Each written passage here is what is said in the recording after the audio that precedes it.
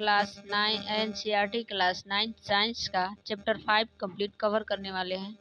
जैसे कि आप लोग को पता है हमारा डेली क्लास 9th का क्लास चल रही है, ठीक है। तो उसमें हम लोगों ने कितना चैप्टर पढ़ रखा है, पहला, दूसरा, तीसरा, चौथा, ठीक है। तो 4 चैप्टर हम लोगों ने उसका प्रश्न उत्तर भी बहुत अच्छे तरीके से एक एक पॉइंट को क्लियर करते हुए पढ़ा है, ठीक है। अगर आप लोग क्लास 9th में हैं तो ये वीडियो आप लोग के लिए है ही, ठीक है। मतलब ये अगर क्लास 9th में है तो बहुत ज़रूरी है, मतलब इसी के आधार पे आप लोग के प्रश्न उत्तर जो भी बनते हैं बनेंगे। अगर आप लोग कॉम्पिटिटिव एग्जाम है या कोई कंपटीशन का एग्जाम देते हैं उसके लिए मोस्ट इम्पॉर्टेंट है, इसमें से क्वेश्चन आता ही आता है, ठीक है।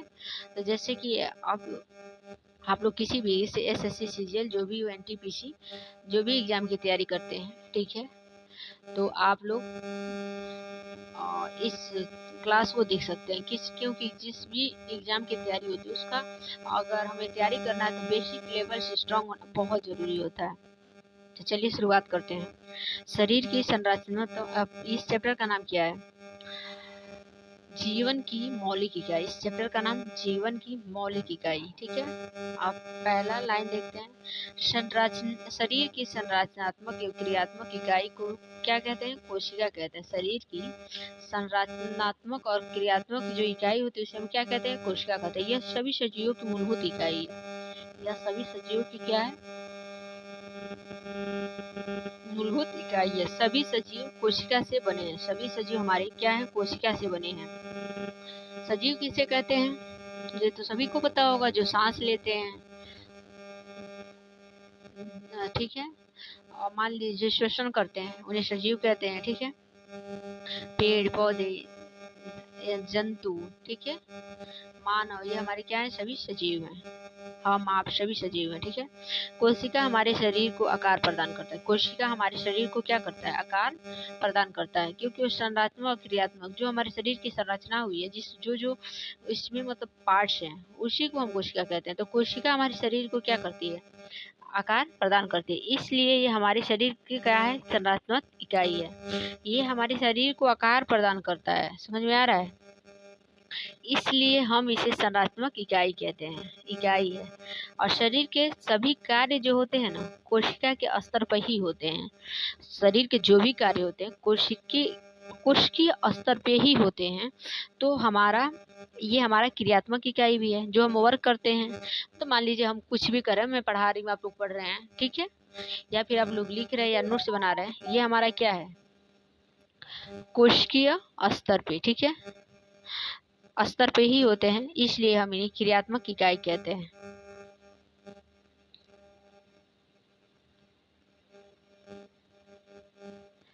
कोशिका का सबसे पहले पता रॉबर्ट हुक और 1665 में लगाया। तो कोशिका की खोज किसने की थी? रॉबर्ट हुक ने। सबसे पहले पता उन्होंने लगाया था, ठीक है।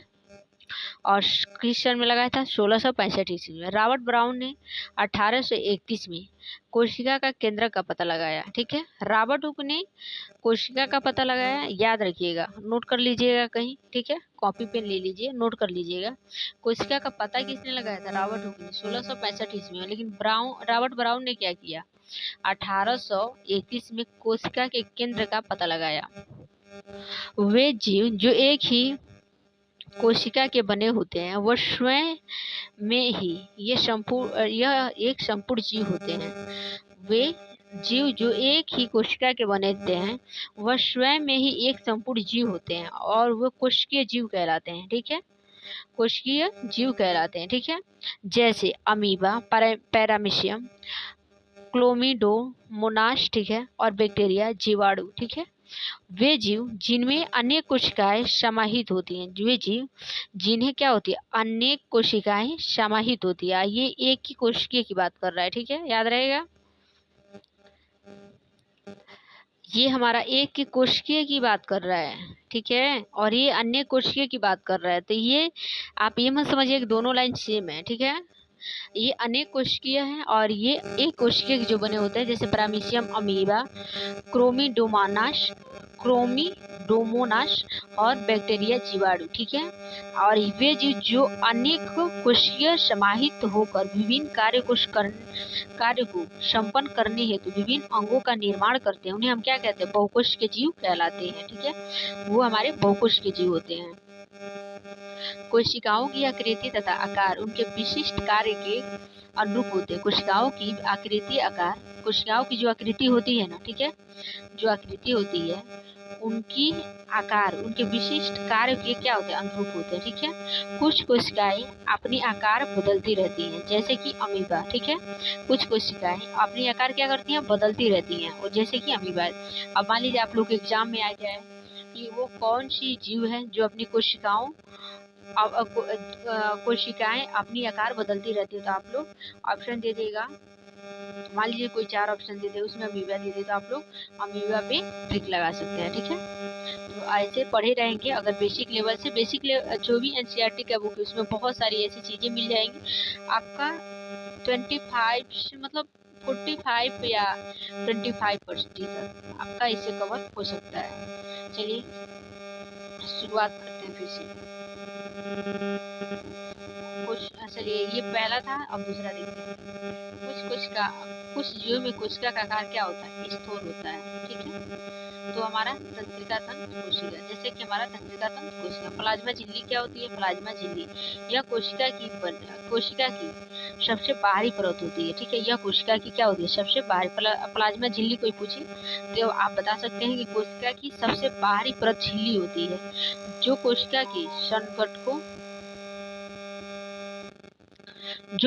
के संघटकों को बाहरी पर्यावरण से अलग करती है। जो कोशिका के संघटकों को बाहरी पर्यावरण से क्या करती है, अलग करती है। प्लाज्मा झिल्ली लचीली होती है। प्लाज्मा झिल्ली जो होती है लचीली होती है। कार्बन अणुओं और लिपिड, ठीक है, फोस्फोलाइड्स तथा प्रोटीन के 2 परत से क्या होती है, बनी होती है। प्रोटीन, लिपिड और प्रोटीन के 2 परत से क्या होती है, बनी होती है। अमीबा जिस क्रिया से भोजन ग्रहण करता है उन्हें हम क्या कहते हैं, इंडोसाइटोसिस। अमीबा जिस क्रिया से भोजन ग्रहण करता है उसे हम इंडोसाइटोसिस कहते हैं, ठीक है। विसरण देखते हैं। विसरण एक कोशिकीय में होने वाली प्रक्रिया है। विसरण एक कोशिकीय में होने वाला प्रक्रिया है जिसमें कार्बन डाइऑक्साइड एवं ऑक्सीजन जैसे गैसीय पदार्थों के अणुओं का परिवहन वर्णात्मक प्रागम्य झिल्ली के द्वारा होता है। किसके झिल्ली के द्वारा होता है, प्रागम्य झिल्ली के द्वारा। अभी हम लोगों ने किस झिल्ली का अध्ययन किया था, प्लाज्मा, ठीक है, प्लाज्मा झिल्ली किया। ये हमारा कौन सा झिल्ली है, प्रागम्य झिल्ली, ठीक है। जल के अणुओं की गति वर्णात्मक प्रागम्य झिल्ली के द्वारा होता है। इसे हम प्राशर कहते हैं, जिसका अणु की गति वर्णात्मक प्रागम्य झिल्ली के जल के अणु की गति वर्णात्मक प्रागम्य झिल्ली द्वारा हो तो उसे हम प्राशर कहते हैं। केंद्रक कोशिका का एक सबसे बड़ा कोशिकांग है। केंद्रक कोशिका का सबसे बड़ा क्या है, कोशिकांग है, ठीक है, समझ में आ रहा है। जो कोशिका के अंदर पाया जाता है, गुणसूत्र कोशिका के केंद्रक में ही पाया जाता है। गुणसूत्र हमारा कहाँ पाया जाता है, कोशिका के केंद्रक में, ठीक है। जो सिर्फ कोशिका के विभाजन के समय दिखाई देता है। कब दिखाई देता है, कोशिका के विभाजन के समय दिखाई देता है। और हमारा ये कहाँ गुणसूत्र कहाँ पाया जाता है, कोशिका के केंद्र में पाया जाता है। ये केंद्र क्या होता है, कोशिका का सबसे बड़ा कोशिकांग है, ठीक है, याद रहेगा।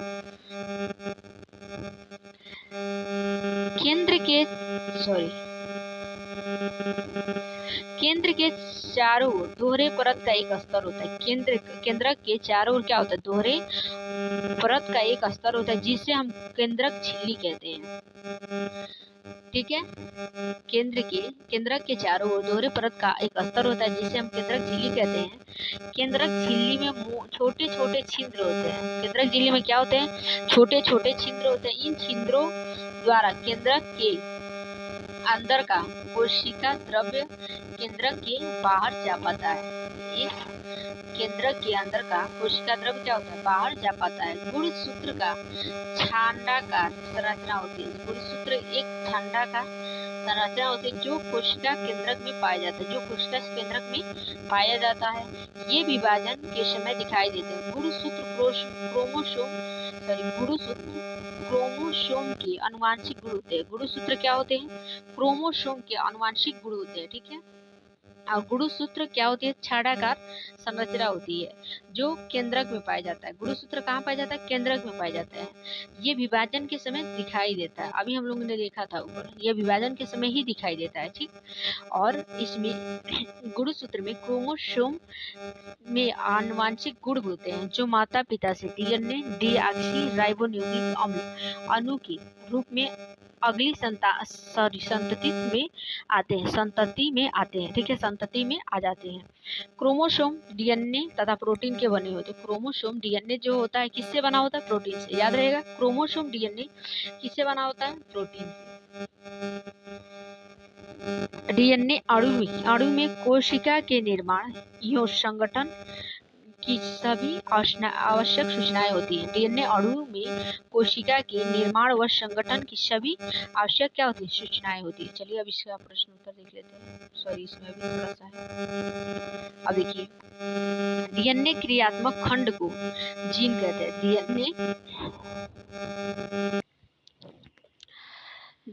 डीएनए क्रियात्मक खंड को क्या कहते हैं, डीएनए के जो क्रियात्मक खंड होता है उसी को हम जीन कहते हैं। जीन किसे कहते हैं, डीएनए के क्रियात्मक खंड को हम जीन कहते हैं, ठीक है।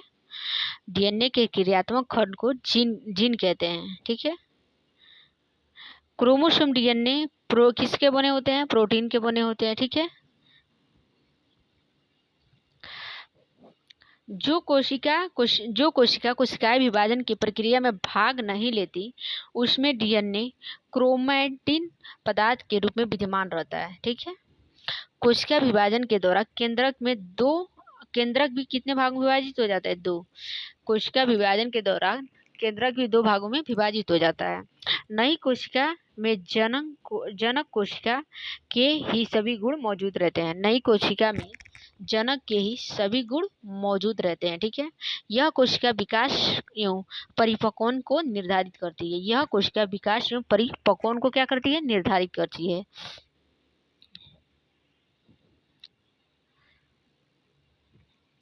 साथ ही साथ सजीव कोशिका की रासायनिक क्रियाओं को भी निर्देशित करता है। साथ ही साथ सजीव कोशिका की रासायनिक क्रियाओं को भी निर्देशित करता है। अब देख लेते हैं प्रोकैरियोटिक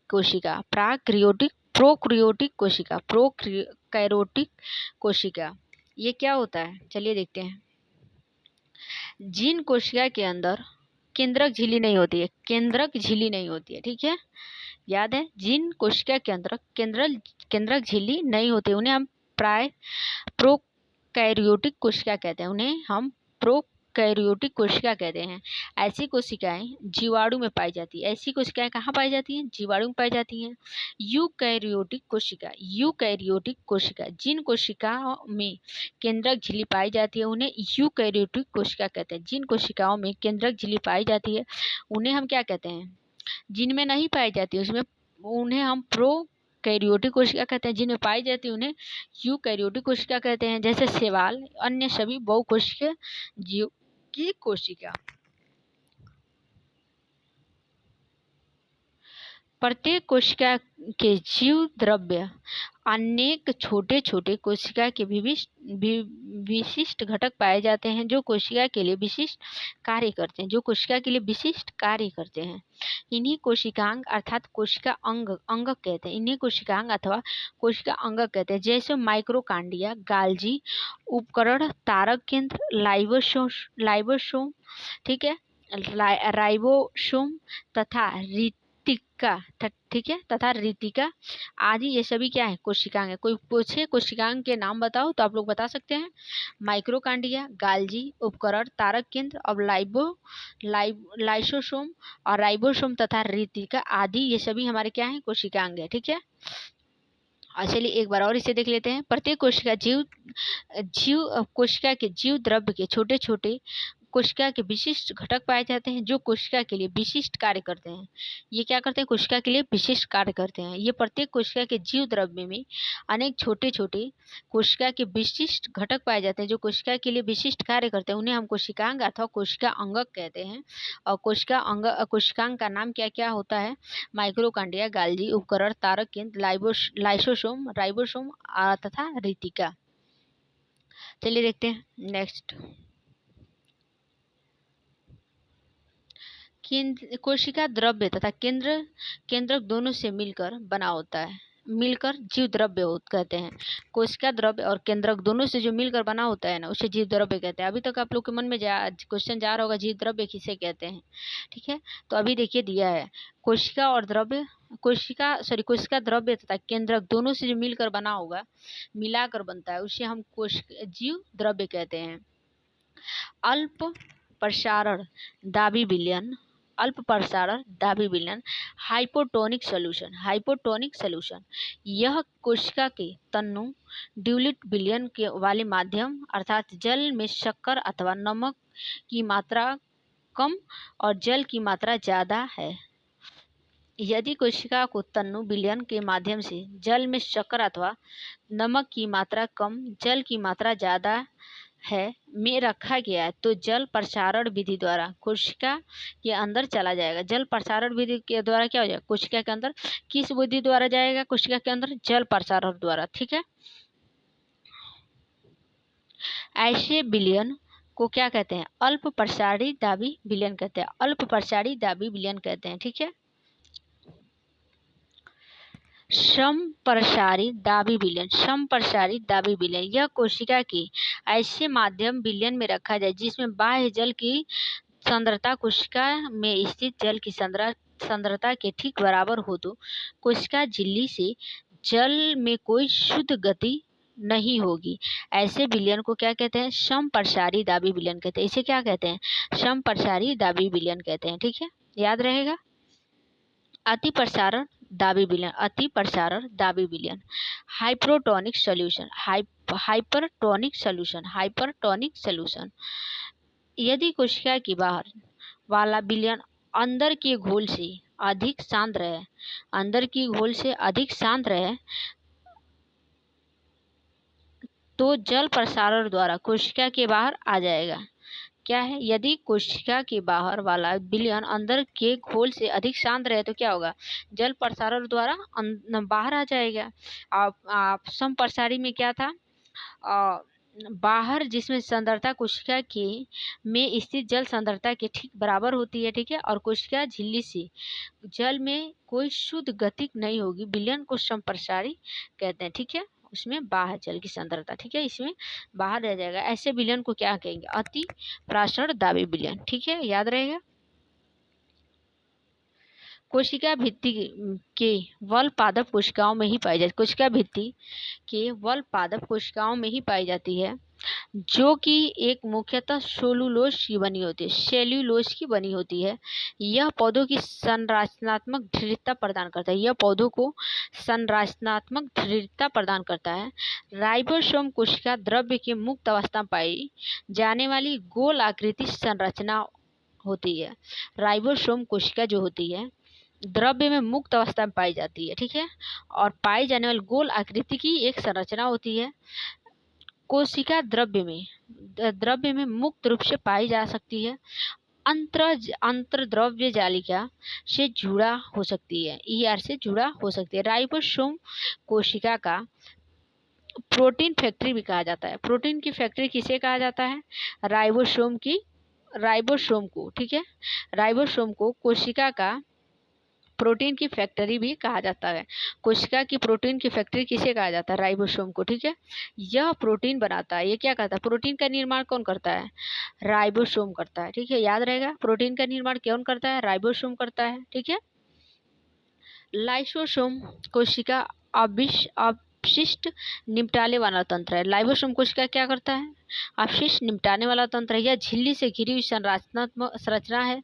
लाइसोसोम बाहरी पदार्थ के साथ साथ कोशिकांगों के टूटे फूटे भागों को पाचित करके साफ करती है। कौन साफ करती है? लाइबोसोम। लाइबोसोम में बहुत शक्तिशाली पाचनकारी एंजाइम होते हैं जो सभी कार्बनिक पदार्थों को तोड़ने में क्या होते हैं? सक्षम होते हैं। ठीक है। माइक्रोकांडिया देख लेते हैं। माइक्रोकांडिया दोहरी अब कोई पूछे दोहरी झिल्ली वाली कोशिकांग कौन है? तो माइक्रोकांडिया है। ठीक है। दोहरी झिल्ली वाली कोशिकांग कौन है? माइक्रोकांडिया है। ठीक है। बाहरी झिल्ली छिद्रित होती है। इसकी बाहरी झिल्ली क्या होती है? छिद्रित होती है। पर भीतरी झिल्ली जो होती है अधिक वलित होती है। ठीक है। अधिक वलित होती है। इसमें उसका अपना डीएनए राइबोसोम होता है। इसमें उसका अपना डीएनए तथा राइबोसोम होता है। अतः माइक्रोकांडिया अपना भोजन कुछ प्रोटीन स्वयं बनाते हैं। माइक्रोकांडिया क्या करता है? अपना प्रोटीन स्वयं खुद बनाते हैं। इसलिए माइक्रोकांडिया अद्भुत अंगक है। इसलिए माइक्रोकांडिया क्या है? अद्भुत अंगक है। प्लास्टिड। ठीक है। प्लास्टिड केवल पादप कोशिकाओं में स्थित होते हैं। केवल किसमें होते हैं? पादप कोशिकाओं में। प्लास्टिड के भीतरी संरचना में बहुत सी झिल्ली वाली परतें होती हैं जो स्ट्रोमा में स्थित होती है। किसमें स्थित हो? स्ट्रोमा में। प्लास्टिड बाह्य संरचना की माइक्रोकांडिया की तरह होते हैं। माइक्रोकांडिया की तरह प्लास्टिड में भी अपना डीएनए तथा राइबोसोम होते हैं। ठीक है। रसधानियाँ ठोस अथवा तरल पदार्थों की संग्राहक थैलियाँ होती है। ठीक है। रसधानी क्या होती है? रसधानी ठोस अथवा तरल पदार्थों की संग्राहक थैलियाँ होती है। संग्राहक थैलियाँ क्या होती है? रसधानियाँ ठोस तथा तरल पदार्थों की। ठीक है। जंतु कोशिकाओं में रसधानियाँ छोटी होती है। जंतु कोशिकाओं में क्या होती है? रसधानियाँ जो होती है छोटी आकार में होती है। ठीक है। जबकि पादप में रसधानियाँ बहुत बड़ी होती है। जो पादप होते हैं उनमें रसधानियाँ क्या होती है? बहुत बड़ी होती हैं। कुछ पौधों की कोशिकाओं में की केंद्रीय राजधानियों की माप कोशिका के आयतन 50 से कितना तक हो सकता है? 50% है, 90% तक होता है। ठीक है। चलिए अब देख लेते हैं इसका प्रश्न उत्तर। ठीक है।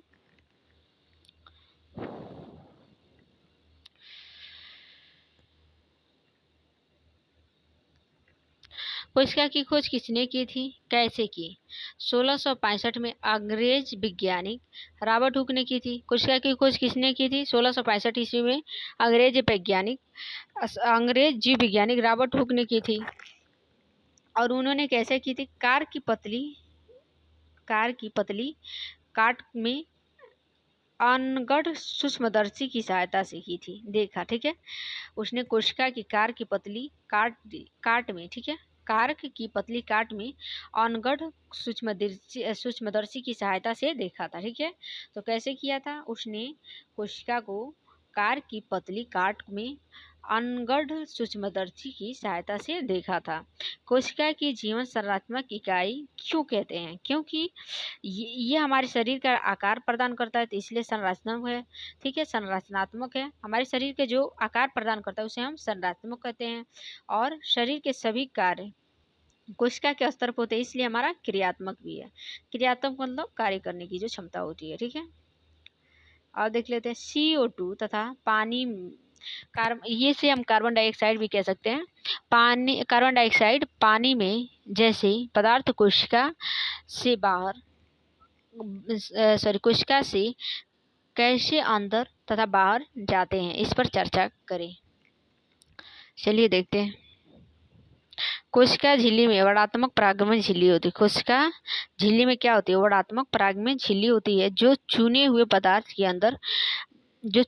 पदार्थ को ही अंदर बाहर आने जाने देता है। ठीक है। कोशिका की झिल्ली वर्णात्मक परागमन झिल्ली होती है जो चुने हुए पदार्थ को अंदर और बाहर आने देती है। यह पदार्थ की गति को क्या करती है? नियंत्रित करती है। ठीक है।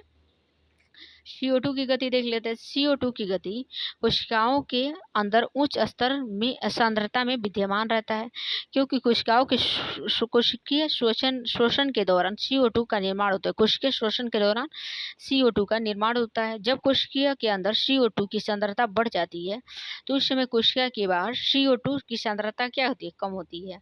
और पदार्थ की गति के नियम के अनुसार उच्च सांद्रता, ठीक है, निम्न सांद्रता की ओर क्या करते हैं, गति करते हैं। ठीक है, गैसों के लिए यह क्या है, गैसों के लिए गति विसरण कहलाता है। ठीक है, विसरण की प्रक्रिया द्वारा गैसीय पदार्थों जैसे कार्बन डाइऑक्साइड, ऑक्सीजन कोशिका के अंदर या बाहर आते हैं। चूंकि कोशिका अंदर CO2 को ही कार्बन कह रहे हैं और ऑक्सीजन O2 को कह रहे हैं। ठीक है, समझ में आ रहा है।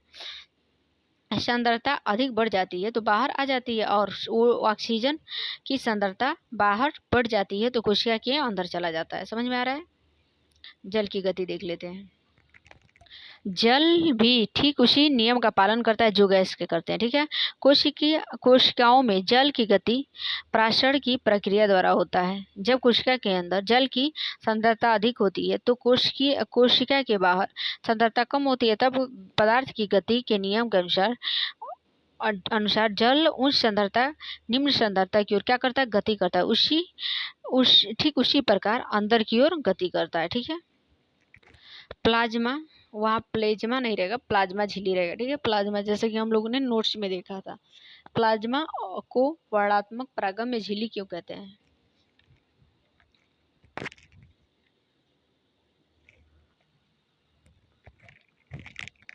प्रश्न संख्या 2 दिया है ना, उसमें हमारा क्या रहेगा, प्लाज्मा झिल्ली। प्लाज्मा झिल्ली को वर्णात्मक परागम्य झिल्ली क्यों कहते हैं? तो चलिए उत्तर देख लेते हैं। तो उत्तर है, प्लाज्मा झिल्ली कुछ चुने हुए पदार्थों के अंदर अथवा बाहर जाने देता है। ठीक है, प्लाज्मा झिल्ली क्या करता है, कुछ चुने हुए पदार्थ होते हैं उन्हीं को अंदर या बाहर आने देता है, जाने देता है, आने जाने देता है, दोनों।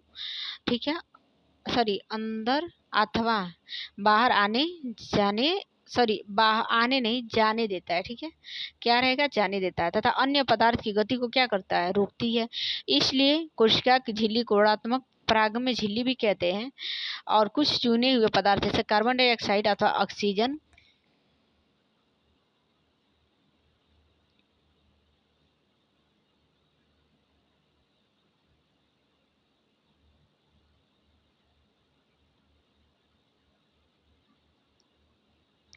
CO2, ठीक है, ये कार्बन डाइऑक्साइड का है, O2 हमारा ऑक्सीजन का है। कोशिका झिल्ली के आर पार विसरण प्रक्रिया द्वारा क्या होता है, आ जा सकता है। ठीक है,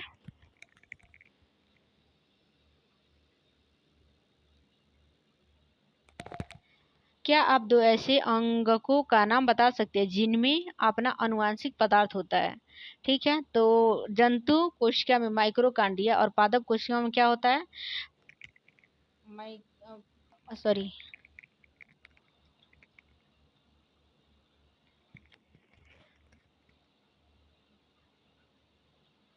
जंतु कोशिका में माइक्रोकांडिया और पादप कोशिका में प्लास्टिड होता है। ठीक है, यदि कोशिका का संगठन, यदि कोशिका की, चलिए देखते हैं प्रश्न नंबर 2।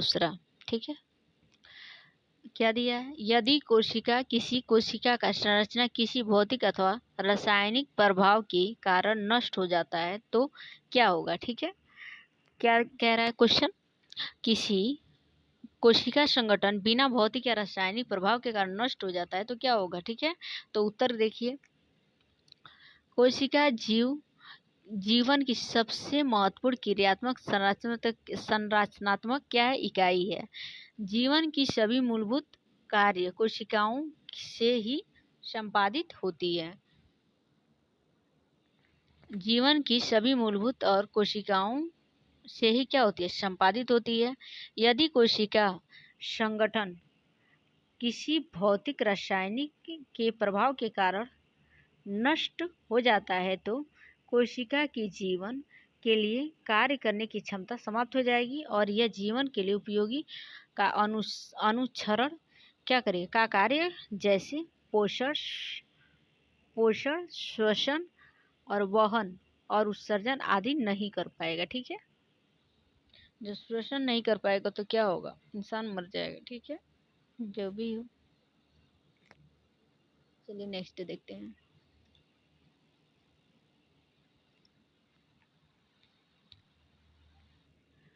चलिए प्रश्न उत्तर तीसरा देखते हैं। चलिए क्या है, लाइबोस सॉरी लाइब लाइसोसोम की आत्मघाती थैली, लाइसोसोम को आत्मघाती थैली क्यों कहते हैं? तो चलिए इसका उत्तर देख लेते हैं। इसको आत्मघाती थैली क्यों कहते हैं? क्योंकि ये क्या करता है, कोशिका चयापचय, ठीक है, में व्यवधान के कारण जब कोशिका क्षतिग्रस्त या मृत हो जाती है तो ये क्या करता है, लाइबोसोम फट जाते हैं। ठीक है, और इनके शक्तिशाली एंजाइम अपने ही कोशिका के क्या करते हैं, पाचित कर देते हैं। ठीक है, इसलिए लाइबोसोम को आत्मघाती बैग भी कहा जाता है। तो याद रहेगा, आत्मघाती, एक और यहाँ से प्रश्न बन सकता है, आत्मघाती किसे कहते हैं? तो लाइबोसोम को कहते हैं। ठीक है, और इसको क्यों कहते हैं? तो कोशिकीय चयापचय, ठीक है, में व्यवधान के कारण जब कोशिका क्षतिग्रस्त या मृत हो जाते हैं तो क्या होता है, लाइबोसोम फट जाती है। जब फट जाती है तो इसके शक्तिशाली एंजाइम जो होते हैं कोशिकाओं को पाचित कर देते हैं। इसलिए लाइबोसोम को आत्मघाती बैग कहा जाता है। ठीक है, प्रश्न नंबर 4। ठीक है,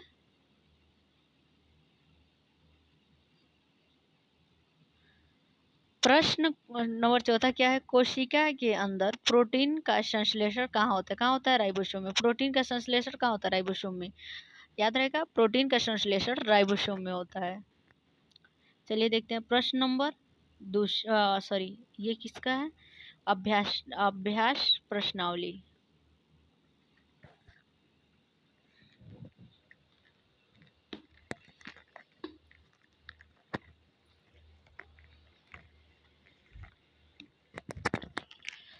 पादप कोशिकाओं तथा जंतु कोशिकाओं की तुलना करना है। पादप कोशिकाओं तथा जंतु कोशिकाओं की तुलना करना है।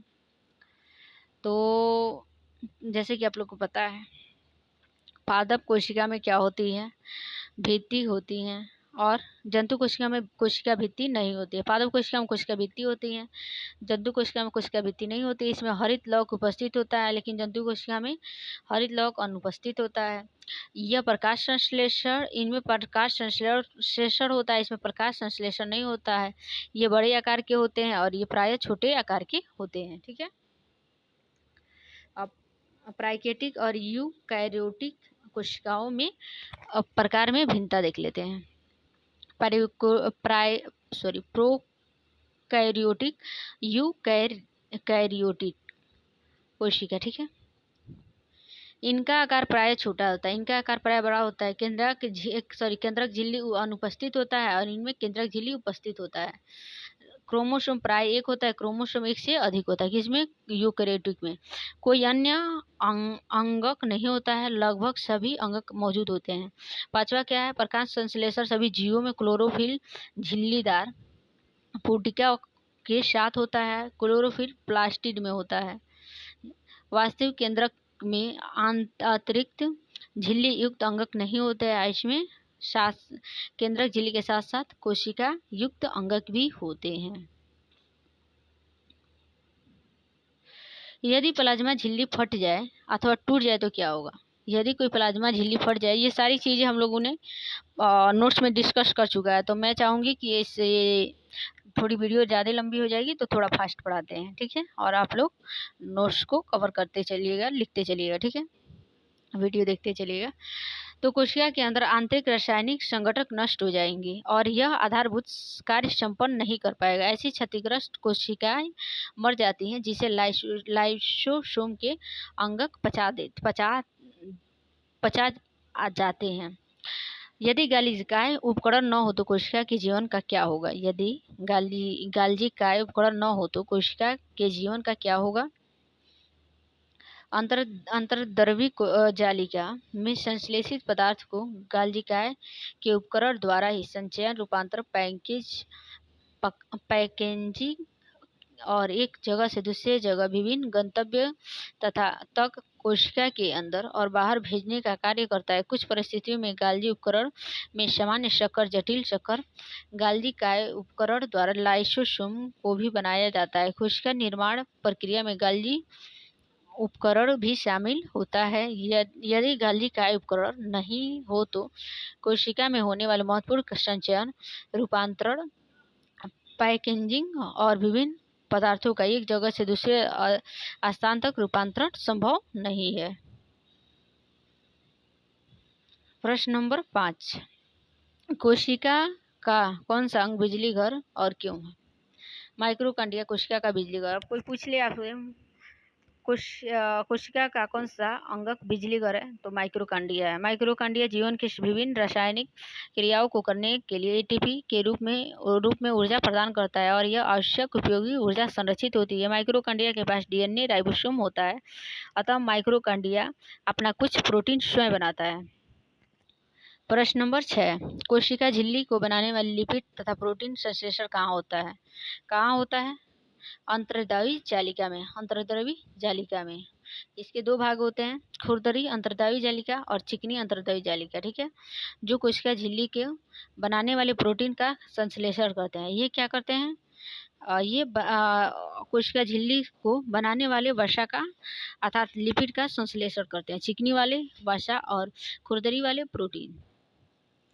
अमीबा अपना भोजन कैसे पचाता है? अमीबा का एंडोसाइटोसिस प्रक्रिया से प्राप्त करता है। अमीबा अपना भोजन कैसे प्राप्त करता है? तो एंडोसाइटोसिस। चूंकि अमीबा एक कोशिकीय जीव है और एक कोशिकीय जीव में झिल्ली लचीलेपन के कारण जीव बाह्य पर्यावरण से अपना भोजन ग्रहण करते हैं। कोशिका झिल्ली पुनः पूर्वावस्था में आ जाता है। उसके बाद कोशिका पदार्थ ग्रहण कर पचा पाता है। इस प्रक्रिया को एंडोसाइटोसिस या फाइगोसाइटोसिस कहते हैं। ठीक है, प्रासरण क्या है? जल के अणुओं की गति जब वर्णात्मक प्रागम्य झिल्ली द्वारा हो तो उसे प्रासरण कहते हैं। जल के अणुओं की गति जब वर्णात्मक प्रागम्य झिल्ली द्वारा हो तो उसे प्रासरण कहते हैं। अणुओं की गति जब वर्णात्मक प्रागम्य झिल्ली। प्रासरण का प्रयोग करें। छीले आधे आलू के 4 टुकड़े लो। ठीक है, छिले हुए एक आलू ले लीजिए और उसे छील लीजिए। आधे 4 टुकड़े को लीजिए। ठीक है, और उनका चारों ओर से खोखला करो और जिससे आलू क्या हो जाए? कप के आकार का बन जाए। इनमें से एक कप को उबले आलू में बनाना है। एक कप को उबले आलू में बनाना है।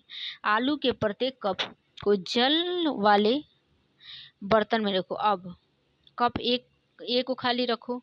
कप बी में 1 चम्मच चीनी डालो। कप सी में 1 चम्मच नमक डालो तथा उबले हुए आलू से बनाए गए कप डी में 1 चम्मच चीनी डालो। ठीक है,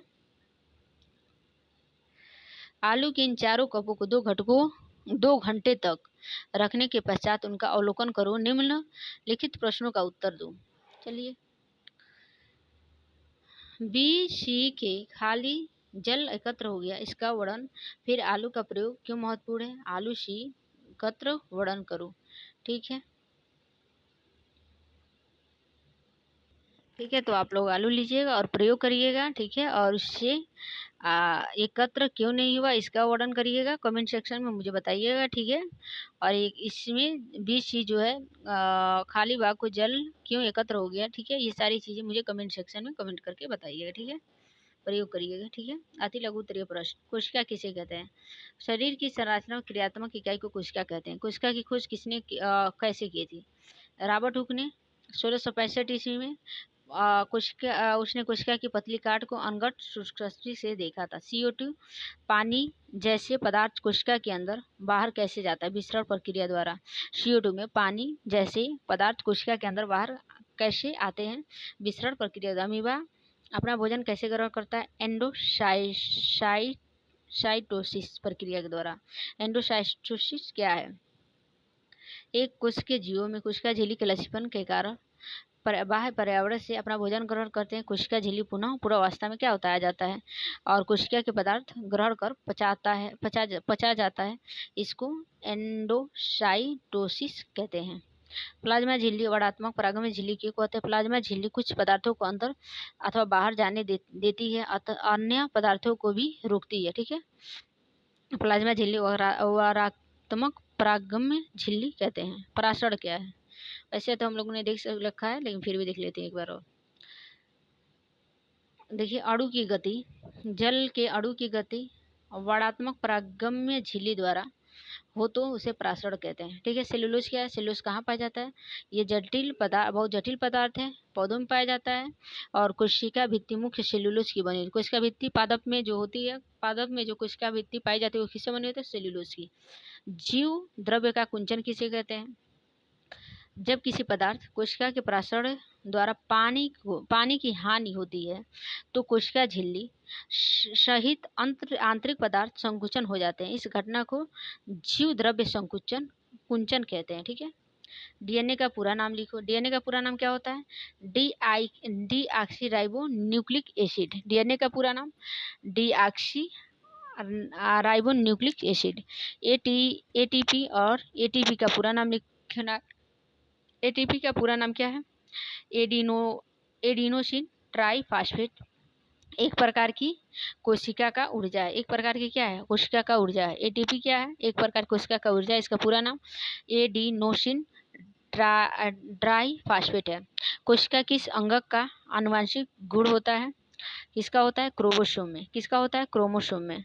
ऐसे दो अंगकों का नाम बताइए जिसने अपना आनुवंशिक पदार्थ होता है, जिनमें अपना आनुवंशिक। माइक्रोकांडिया जंतु में होता है, प्लेटिस्ट किसमें होता है? पादपों में होता है। लाइबोसोम का आत्मघाती थैली क्यों कहते हैं? ये हम लोगों ने पढ़ चुके थे। ठीक है, चलिए, ये आप लोग 2 बार पढ़ चुके हैं। चलिए, अब इस क्वेश्चन को आप लोग देख लीजिएगा। ठीक है, कोशिका के अंदर प्रोटीन संश्लेषण कहाँ से होता है? माइक्रोकांडिया में होता है। ठीक है, पैरियोटिक और यूकैरियोटिक कोशिका में अंतर, ये हम लोग भी पढ़ चुके थे, लेकिन फिर भी एक बार देख लेते हैं। पैरियोटिक कोशिका प्राय छोटा होता है। केंद्रिका कोशिकाओं के केंद्रक झिल्ली नहीं होती है। क्राइबोसोम एक होता है। अंतर्द अंगक नहीं होता है, सॉरी, अधिकांश द्रव्य अंगक नहीं होता है। यूकैरियोटिक में क्या होता है? यह बड़ा होता है। इसमें केंद्रक झिल्ली, कोशिकाओं में केंद्रक झिल्ली पाई जाती है। क्राइबोसोम एक से अधिक होता है। क्रोमोसोम एक से अधिक होता है। अंतर्द्रव्य अंगक होते हैं। पादप में कोशिका और जंतु में अंतर ज्ञात करना है। तो चलिए, सबसे पहले पादप को देख लेते हैं। इसमें कोशिका भित्ति होती है, हरित लौक उपस्थित होते हैं, इनमें प्रकाश संश्लेषण होता है, ये बड़े आकार की होते हैं। जंतु में देख लेते हैं, इनमें कोशिका भित्ति नहीं होती है, ये हरित लौक अनुपस्थित होता है, इसमें प्रकाश संश्लेषण नहीं होता है और ये प्राय छोटे आकार के होते हैं। कोशिका जीवन की संरचनात्मक इकाई और क्यों कहते हैं? कोशिका, जैसे कि आप लोग पता है, मूलभूत संरचना, जीवित कोशिका मूलभूत संरचना और कार्य करने की क्षमता होती है। सजीवों का यह एक गुण है और इनमें पाए जाने वाले कोशिकांग लगातार विशिष्ट कार्य करते रहते हैं, जिसमें सजीवों का जीवन चलता रहता है। कोशिका के अंदर संरचनात्मक और क्रियात्मक इकाई, कोशिका को जीवन की संरचनात्मक और क्रियात्मक इकाई कहते हैं, इसीलिए। ठीक है, कोशिकांग के बिजली घर कहते हैं और क्यों? माइक्रोकांडिया को क्या कहते हैं? कोशिका के बिजली घर कहते हैं। माइक्रोकांडिया जीवन विभिन्न रासायनिक क्रियाओं को करने के लिए क्या है? उच्च ऊर्जा के रूप में ऊर्जा प्रदान करता है और यह आवश्यक उपयोगी ऊर्जा संचित होती है। और माइक्रोकांडिया के पास डीएनए तथा राइबोसोम होता है और माइक्रोकांडिया कुछ प्रोटीन स्वयं बनाते हैं। माइक्रोकांडिया कुछ प्रोटीन स्वयं बनाता है। विसरण प्रक्रिया क्या है? कोशिकाओं में कैसे संपन्न होता है? विसरण प्रक्रिया कोशिकाओं में होने वाली प्रक्रिया है जिसमें ऑक्सीजन, कार्बन डाइऑक्साइड जैसे परिवहन क्या है? विसरण प्रक्रिया है। कोशिका CO2, कोशिका विशिष्ट उसका निष्कासन आवश्यक होता है। धीरे धीरे एकत्र होने से कोशिका के अंदर CO2 का सांद्रता बढ़ जाती है, जबकि कोशिका के बाहर CO2 की सांद्रता अंदर अपेक्षा होती है, जिससे कोशिका के अंदर दाब बढ़ जाता है। CO2 कोशिका के बाहर की ओर निकलने लगता है। जब कोशिका ऑक्सीजन की सांद्रता कम हो जाती है तो ऑक्सीजन को क्या करता है? कोशिका से विसरण द्वारा अंदर चली जाती है। ठीक है, चलिए, तो ये हमारा चैप्टर यहाँ कंप्लीट होता है। ये थोड़ी चैप्टर बड़ा था तो वीडियो लंबी हुई। ठीक है, आई होप मैं आशा करती हूँ कि आप लोग को समझ में आया होगा। जो टॉपिक नहीं समझ में आएगा तो कमेंट सेक्शन में कमेंट करके पूछ सकते हैं, ठीक है। अगर हमारे चैनल पे आप लोग नए हैं तो चैनल को सब्सक्राइब कर लीजिए, अपने दोस्तों के साथ शेयर करिए और वीडियो को लाइक करिए, ठीक है। और वीडियो के देखने के साथ साथ 2 बार 3 बार वीडियो को देखिए, ठीक है, और उसके बाद नोट्स को बनाते हुए चलिए, ठीक है। Thank you so much.